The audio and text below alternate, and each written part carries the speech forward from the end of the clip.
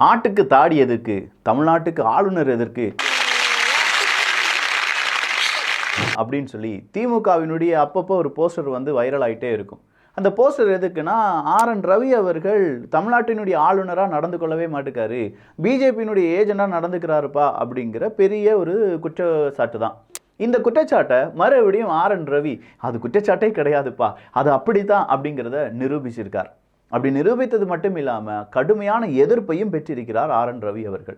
அப்படி என்ன பேசினார் அப்படின்னும், அதுக்கு பின்னாடி இப்போ என்ன மாதிரியான எதிர்ப்புகள் வந்துட்டு இருக்கணும், அது மட்டும் இல்லாமல் பிஜேபியினுடைய உண்மை முகம் வெளியில் வராமல் இருப்பதற்கு எஸ்பிஐ படாத பாடு பட்டுட்டு இருக்காங்க அப்படிங்கிற உண்மையும் இந்த ஒரு அரசியல் புயலில் பேச போகிறோம்.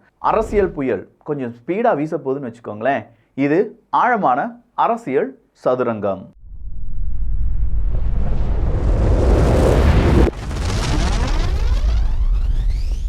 ஆர்.என். ரவி அவர்கள் அப்படின்னு சொல்லும்போதே திமுகவுக்கு சிம்ம சொப்பனமாக இருக்காருப்பா, திமுகவை சும்மா ஒன் ஹேண்டில் டீல் பண்ணுறாருப்பா அப்படின்னு சொல்லி பிஜேபிக்காரங்க பெரிய அளவில் அவரை பற்றி புகழ்ந்து பேசுவாங்க.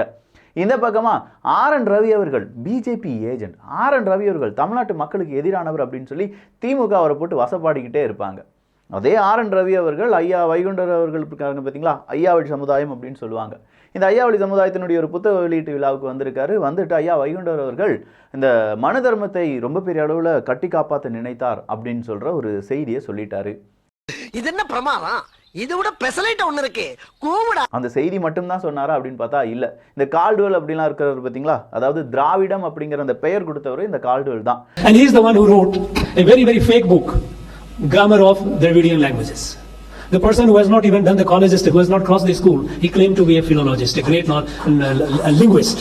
கால்டுவெலை பற்றிலாம் நீங்கள் படிச்சிருந்தா தெரியும். இங்கே வந்து மதம் மாற்றுதல் அப்படிங்கிறது அவருடைய மெயின் ஆம்பிஷனாக இருந்தாலும், அதன் பிறகு அங்கே இருக்கக்கூடிய மக்களை அவர் கவர வேண்டும் என்றால் தமிழ் சார்ந்து இருக்கக்கூடிய பல இலக்கியங்கள், இல்லாட்டி அது சார்ந்து இருக்கக்கூடிய பல கதைகள் அப்படிங்கிறதெல்லாம் ஒன்று சேர்த்து இந்த திராவிட மொழி குடும்பம் அப்படின்னு சொல்கிற ஒரு புத்தகத்தை வெளியிடுறார். அதில் தான் இந்த திராவிடம் அப்படிங்கிற வார்த்தை பயன்படுத்தப்பட்டிருக்கிறது.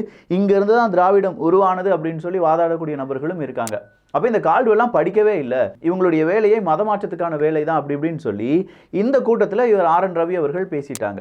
கால்டுவெல் மட்டும் கிடையாது, இன்னொரு நபரும் படிக்கல அப்படி இப்படின்னு சொல்லிட்டு அந்த பெரும் சர்ச்சை ஓடிட்டு இருக்கும்போது ஐயா வைகுண்டர் அவர்கள் எப்போது மனு தர்மத்தை ஆதரித்தார் அப்படின்னு சொல்லி இந்த ஐயாவளி சமுதாயத்தினுடைய தலைவர்கள்லாம் இருப்பாங்கல்ல, அவங்க என்ன செய்ய ஆரம்பிச்சிட்டாங்க, போர்க்கொடி தூக்க ஆரம்பிச்சிட்டாங்க. இங்கே இருக்கக்கூடிய எல்லா மனிதர்களும் ஒன்று அப்படின்னு சொன்னவங்க தான் ஐயா அவர்கள். அதை விட்டுட்டு மனு தர்மத்தை காப்பாற்றினார் அப்படின்லாம் கிடையாது, மனு தர்மத்தை எதிர்த்தார் ஐயா அவர்கள் அப்படின்னு சொல்லி ஆர்.என். ரவி அவர்களுக்கு சரியான பதிலடியை கொடுத்துட்டு இருக்காங்க இந்த ஐயாவழி சமூகத்தை சார்ந்தவர்கள். ஸோ இப்போ என்ன நடந்துட்டு இருக்குன்னா, இதை சன் நியூஸ்லாம் நொடிக்கு நொடி பாருங்களேன், பிஜேபியினுடைய ஆர்.என். ரவி அவர்கள் இப்படி சொல்லிட்டாரு, அதுக்கு எதிராக ஐயாவழி சமுதாயத்தை சார்ந்தவங்க இவ்வளோ தூரம் பேச ஆரம்பிச்சிட்டாங்க, பாருங்க தலைவர் என்ன பேசியிருக்காரு அப்படிங்கிற மாதிரியான அந்த நியூஸை ரொம்ப பெரிய அளவில் டெலிகாஸ்ட் பண்ண ஆரம்பிச்சிட்டாங்க. சன் டிவிக்கு அல்வா கிடச்சிருக்கு, அதை சாப்பிடாம இருப்பாங்களா, சாப்பிட்டுக்கிட்டே இருக்காங்க. இந்த ஐயாவழி சமுதாயம் அப்படின்னு சொல்லும்போது அவங்க ஒரு விழா நடத்தினாலும் சரி, இல்லை அவங்களை பற்றியான எந்த ஒரு விழா இல்லை, நீங்கள் அது எதுவும் வேணாலும் எடுத்து பாருங்களேன், அவங்க போட்டிருக்கிற ட்ரெஸ்ஸே மேல் சட்டை அப்படிங்கிறத போட மாட்டாங்க, ஒரு காவி துண்டை தலையில் சுற்றி இருப்பாங்க, அது இல்லாமல் காவிக்கான அந்த ஒரு வேஷ்டி அப்படிங்கிறத போட்டிருப்பாங்க. இவ்வளோதான் அவங்களுடைய அந்த உடை. அது இல்லாமல் அவங்களுடைய பலவிதமான நன்மைகள் இல்லாட்டி எல்லாருக்கும் கொடுக்கக்கூடிய தான தர்மங்கள் எல்லாமே யாசகம் பெற்று, அப்படி இல்லைன்னா இந்த விழாவுக்கு நிறைய பேர் நன்கொடையெல்லாம் கொடுப்பாங்களா, இதை வச்சு மட்டும்தான் அவங்களுடைய பெருவாரியான விழாக்கள் அப்படிங்கிறது நடக்கும். அந்த விழாவில் கூட யாரும் உயர்ந்தவர்கள் தாழ்ந்தவர்கள் அப்படிங்கிறதுலாம் கிடையாது, அந்த இடத்துக்குள்ள எல்லாரும் சமம் அப்படிங்கிறது தான். இந்த ஐயாவழி சமுதாயம் தான் ஒரு காலகட்டத்தில் மனு தர்மத்தை மிகப்பெரிய அளவில் காத்து வந்தது அப்படின்னு சொல்லி ஆர்.என். ரவி அவர்கள் சொன்னது இன்னைக்கு ஆர்.என். ரவி அவர்களுக்கே பேக் ஆயிடுச்சு. நாம் யாருக்கு என்ன தீங்கு செய்தோம், நமக்கு மட்டும் ஏன் இப்படி எல்லாம் நடக்கிறது? அவர் உண்மையிலேயே ஒரு நல்ல அதிகாரி தான், ஆனால் நல்ல ஆளுநரா அப்படிங்கிறது ஒரு பெரும் கேள்வியாக இப்போது மாற்றப்பட்டு வருகிறது. அதை குறிப்பாக கையில் எடுத்திருக்காங்க டிஎம்கே. இதற்கு பிஜேபி என்ன செய்ய போறாங்க, அதுக்கு பதிலடி என்ன வேணும், அதாவது நீங்கள் என்ன பதில் சொல்ல போறீங்க, கால்டுவெல் அப்படிங்கிறவர் படிக்கலங்கிறீங்க, கால்டுவெல் அவர்கள் வேற ஒரு யூனிவர்சிட்டியில் படிச்சிட்டார் அப்படின்னு சொல்லி திமுக காரங்க அவங்க ஒரு நியூஸ் கார்டெல்லாம் போட்டு பெரிய அளவில் பரப்பிட்டு இருக்காங்க. இதோ ஐயாவளி சமுதாயம் மனு தர்மத்தை காப்பாற்றினார் அப்படின்னு சொல்றீங்க, ஐயாவளி சமுதாயத்தினுடைய தலைவர்கள் இல்லப்பா காப்பாற்றவே இல்லை நாங்கள் எதிர்த்தோம் அப்படின்னு சொல்லிட்டு இருக்கீங்க. பிஜேபிக்கு சறுக்கல் அப்படிங்கிறது இந்த இடத்துல பெருசா இருக்கு. இதே மாதிரி பிஜேபியினுடைய இன்னொரு சறுக்கல் எது தெரியுமா, எஸ்பிஐ தான். ஸ்டேட் பேங்க் ஆஃப் இந்தியா மற்றும் பாரதிய ஜனதா கட்சி, அதுலேயும் குறிப்பாக மோடி அவர்களுடைய அந்த அரசபை என்ன செய்கிறாங்க, ஒரு சட்டத்தை ஏற்றுகிறார்கள். எலக்டோரல் பாண்ட், யார் வேணாலும் என்ன செய்யலாம், பணம் கொடுக்கலாம். அதுவும் எஸ்பிஐலேருந்து வாங்கி நீங்கள் பணம் கொடுங்க, உங்களுடைய டேட்டா வெளியில் போகாது அப்படிங்கிறது தான். எலக்டோரல் பாண்டை பற்றி தமிழ் பட்சத்தில் டீட்டெயிலான காணொலி பதிவு பண்ணியிருக்கோம். தயவு செஞ்சு பார்க்காத டிபி ட்ரூப்ஸ் அதை போய் பார்த்துருங்க. ஏன்னா அதை பார்த்தா தான் உங்களுக்கு புரியும் எலக்டோரல் பாண்ட்னா என்ன, ஏன் 4 முறை மட்டும் அதை வந்து ரிலீஸ் பண்ணுறாங்க, அது யார் வாங்கலாம் யார் வாங்கக்கூடாது இப்படிங்கிற எல்லா டீட்டெயில்ஸும் நம்ம அங்கே பதிவு பண்ணியிருக்கோம். ஸோ நீதிமன்றத்தில் போகக்கூடிய இந்த வழக்கு எலக்டோரல் பாண்ட் அப்படிங்கிறது ஒரு லஞ்சமாகத்தான் பார்க்கப்பட வேண்டும்.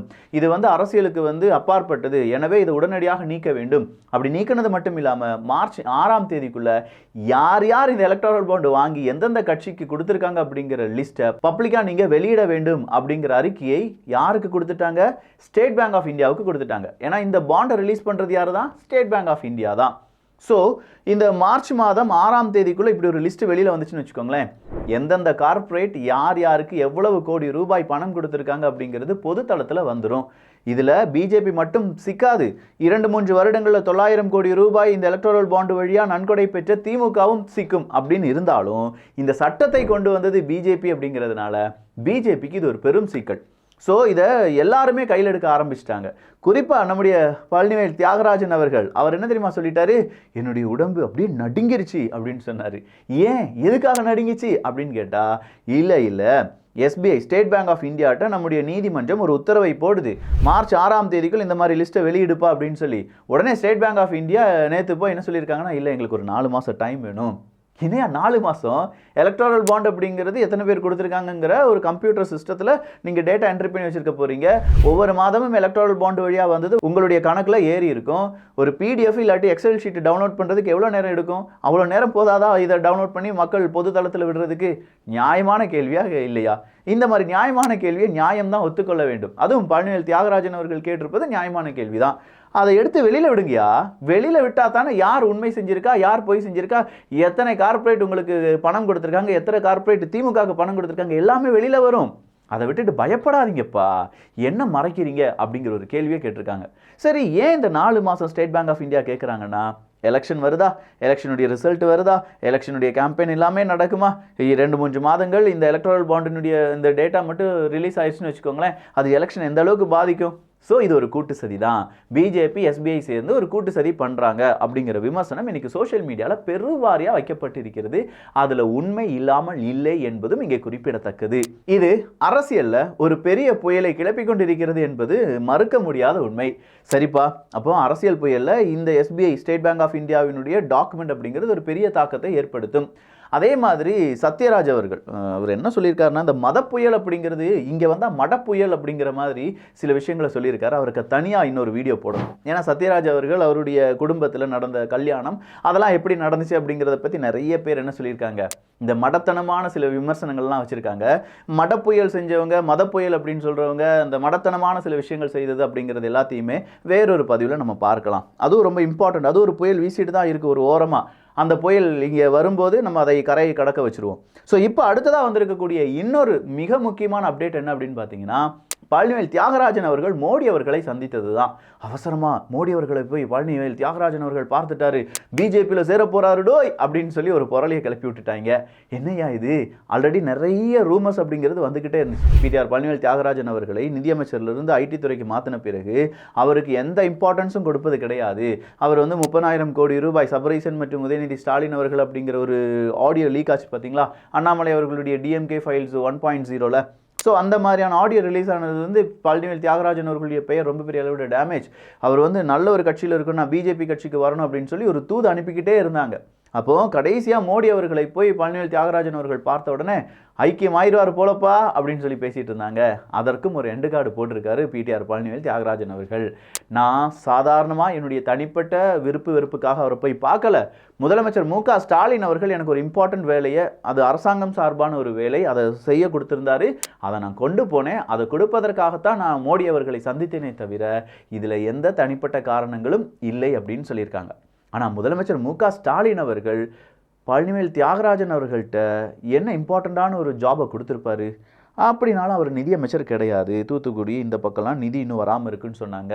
வேற ஏதாவது ஜாபா இருக்குமோ, என்ன ஜாபா இருக்கும் அப்படின்னு சொல்லி கொஞ்சமா உங்களுடைய கருத்துக்கள் இங்கே வரட்டும். அந்த கருத்துக்கள்ல ஜாப் அப்படின்னு சொல்லி போட்டுட்டு அதுல நீங்க 2 புள்ளி வச்சுட்டு என்ன ஜாபா இருக்கும் அப்படின்னு சொல்லி உங்களுடைய கருத்துக்கள், உங்களுடைய யூகங்கள் எல்லாத்தையும் கீழே பதிவு பண்ணுங்களேன். தயவு செஞ்சு கெட்ட வார்த்தைலாம் பதிவு பண்ணக்கூடாது. நியாயமா தர்மமா டிபி ட்ரூப்ஸ் எப்பவுமே ஒரே பக்கமா, நியாயத்தின் பக்கமா, உண்மையின் பக்கமா நிக்க போறோம். எந்த ஜாபா வேணாலும் இருக்கட்டுங்க. உங்க மனசுல என்ன தோணுதோ அதை நீங்க இங்க பதிவு பண்ணலாம். ஸோ இது அரசியல் சதுரங்கம். அதில் அரசியல் புயல் இது 7வது 8வது வீடியோ ஓடிட்டு இருக்குங்க. 8 வீடியோவும் முத்தான வீடியோவாக ஓடிக்கிட்டு இருக்கு. எல்லாருக்கும் வயிற்றுல புளியை கரைச்சிட்டு இருக்கு. நிறைய பேர் கேட்குற கேள்வி, என்னடா விக்கி உனக்கு இது தேவையா அப்படின்னு சொல்லி.